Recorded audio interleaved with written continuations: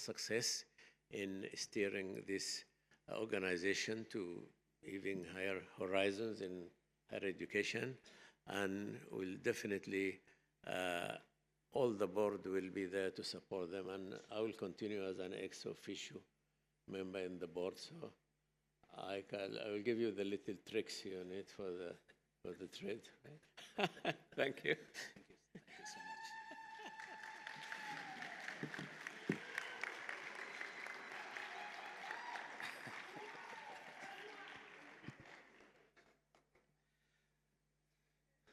Thank you very much, Secretary General and the President and all the board members, distinguished delegates, esteemed colleagues, our strategic partners, friends in the African and global community of higher education, ladies and gentlemen. It is not often that a son of a rural subsistence farmer who themselves spent no more less than 3 years in school, nowadays we would call them dropouts, get to address Africa's higher education fraternity in one assembly. Therefore, in humility, I feel a profound privilege to address you as your newly elected president of the Association of African Universities.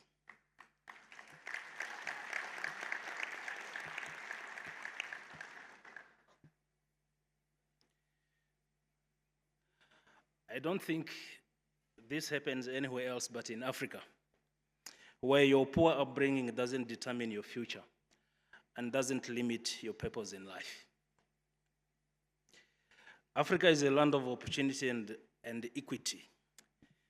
Ladies and gentlemen, I became a vice chancellor at the age of 40 on the 1st of August 2018, 7 years ago. I didn't then, and I do not now take this election for granted. I thank God for the wisdom and grace He grants me, and I thank you for your continued prayers also in this responsibility. I salute you for giving young African academics hope that it doesn't matter how young you are, but you can still rise to a challenge.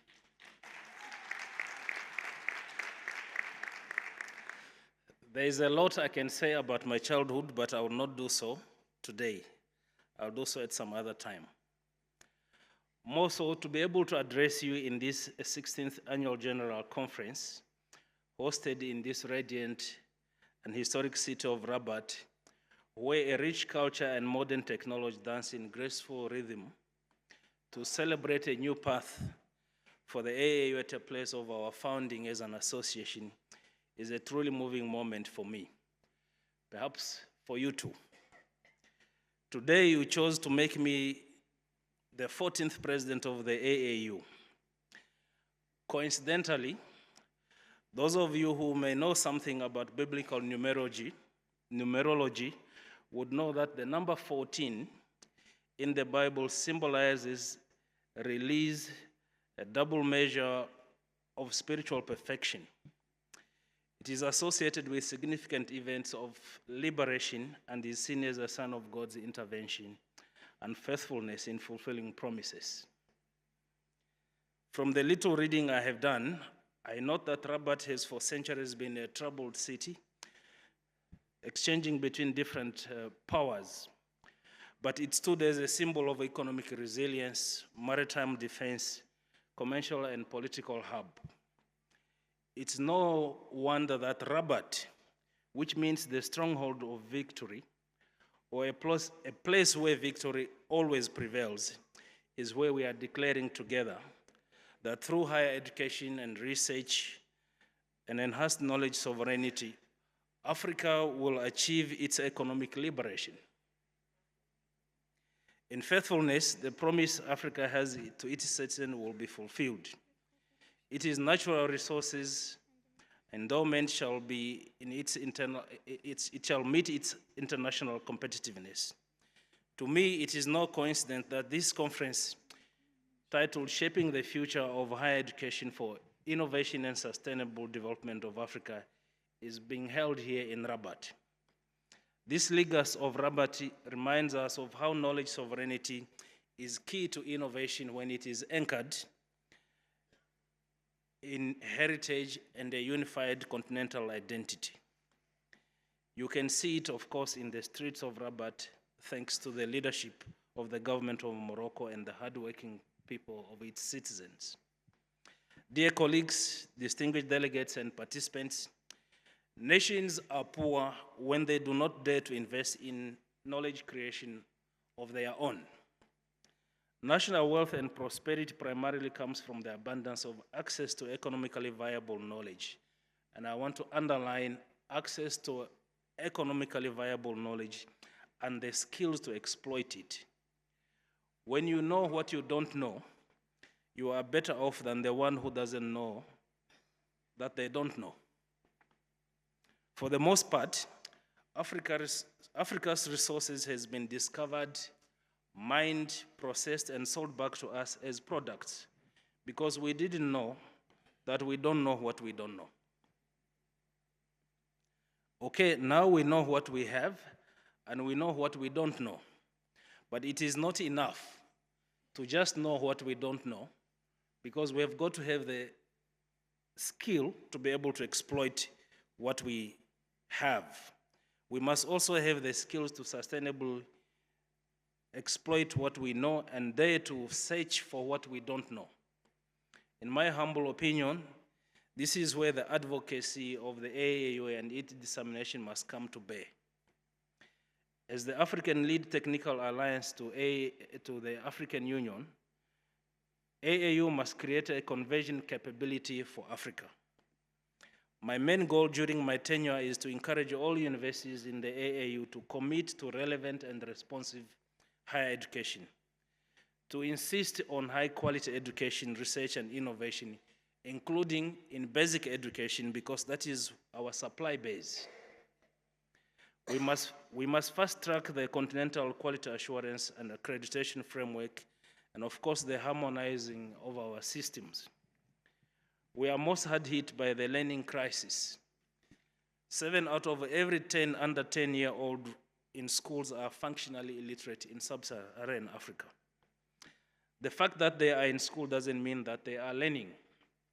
And if they don't learn, they don't make it to the university. That threatens the future of African universities. We must make it our business that those that are in primary school learn. It is our children and grandchildren after all. I want us to give back to the society the best possible outcomes from our universities. It is our shared journey and we boldly walk towards a transformation of this continent through higher education. If we do this, I do believe that funding will follow us and not us chasing funding. Now, therefore, I would like to thank you sincerely, fellow Vice-Chancellors, the AAU membership at large, for placing your confidence and trust in me to serve as your president. I accept this important role, knowing fully that it is not a position. It is a continental responsibility where work is required.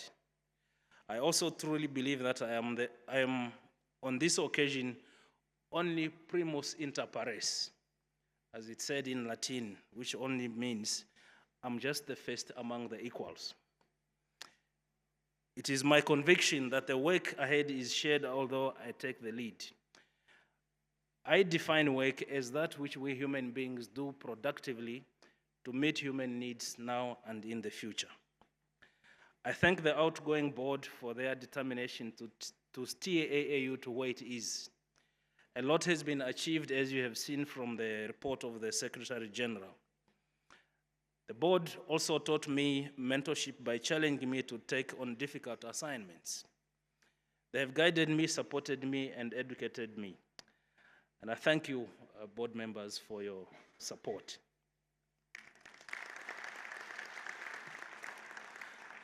I also want to thank all the wonderful friends that I have made in this association over the 15 years or so I have been participating in AAU. Specifically, I would also like to thank and take this opportunity to thank our outgoing president, Prof. Bakri Said, and his deputies for successfully steering the AAU to where it is. The present successes of AA would not have been possible without their leadership and for all their contributions and the hard work that they put in the past 4 years. I think we should give them a standing ovation.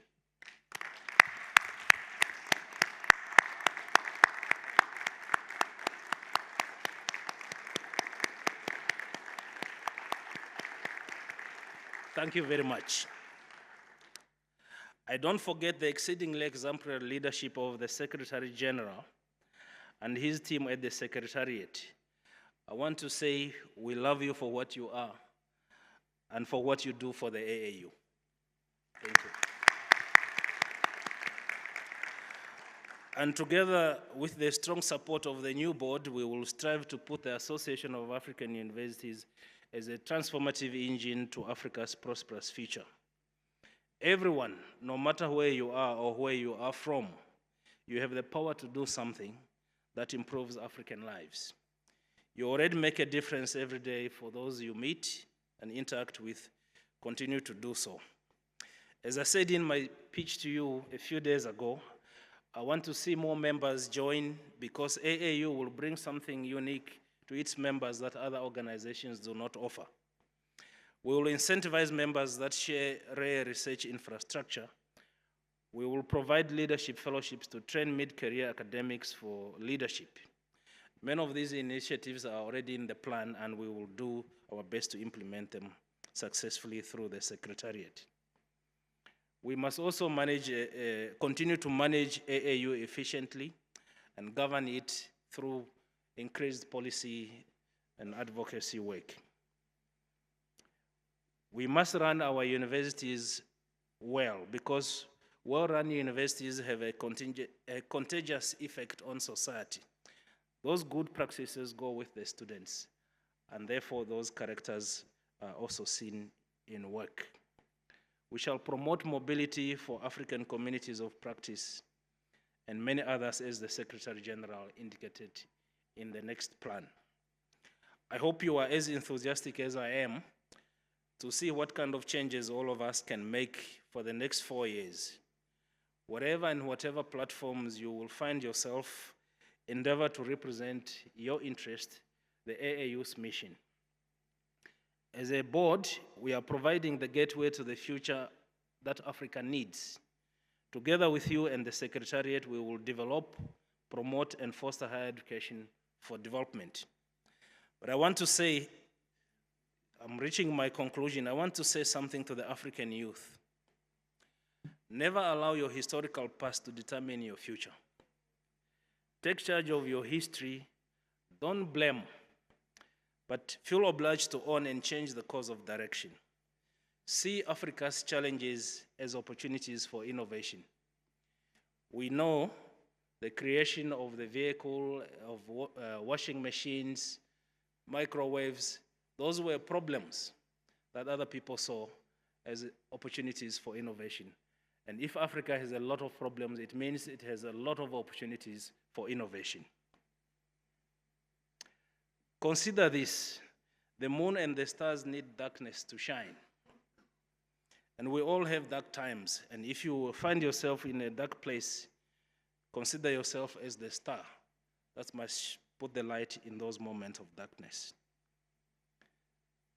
Now I am here, if I can, become a vice chancellor and a president of a member on an alliance of universities of more than 400. As young people, I'm sure you too can. The key is you must find your purpose. Everything else will follow with hard work. Ladies and gentlemen, it has been a wonderful conference, so meticulously organized and hosted by our member universities here in Rabat. I'd like to express my heartfelt thanks to everyone who has worked so tirelessly to make this conference such a massive success. Join me in giving a round of applause to the Vice Chancellors of Mohammed V and thanks those that have hosted us.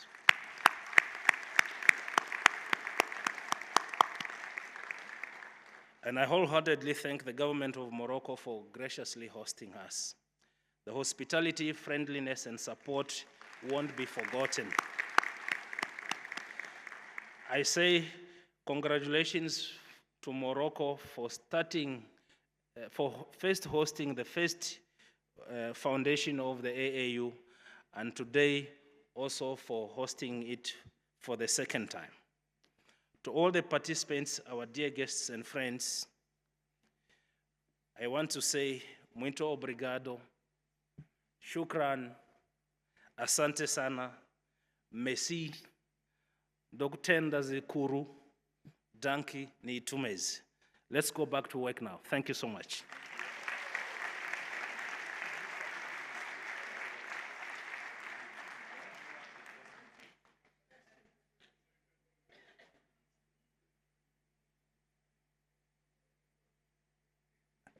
Ladies and gentlemen, the speech that has just been delivered will be circulated to everybody. And I've just asked the new president, when are we starting work? While you go on break now, the work will start. They will have an initial meeting at this particular place. Before we go, please, can we release our board members to please have their seats? You are welcome. Thank you.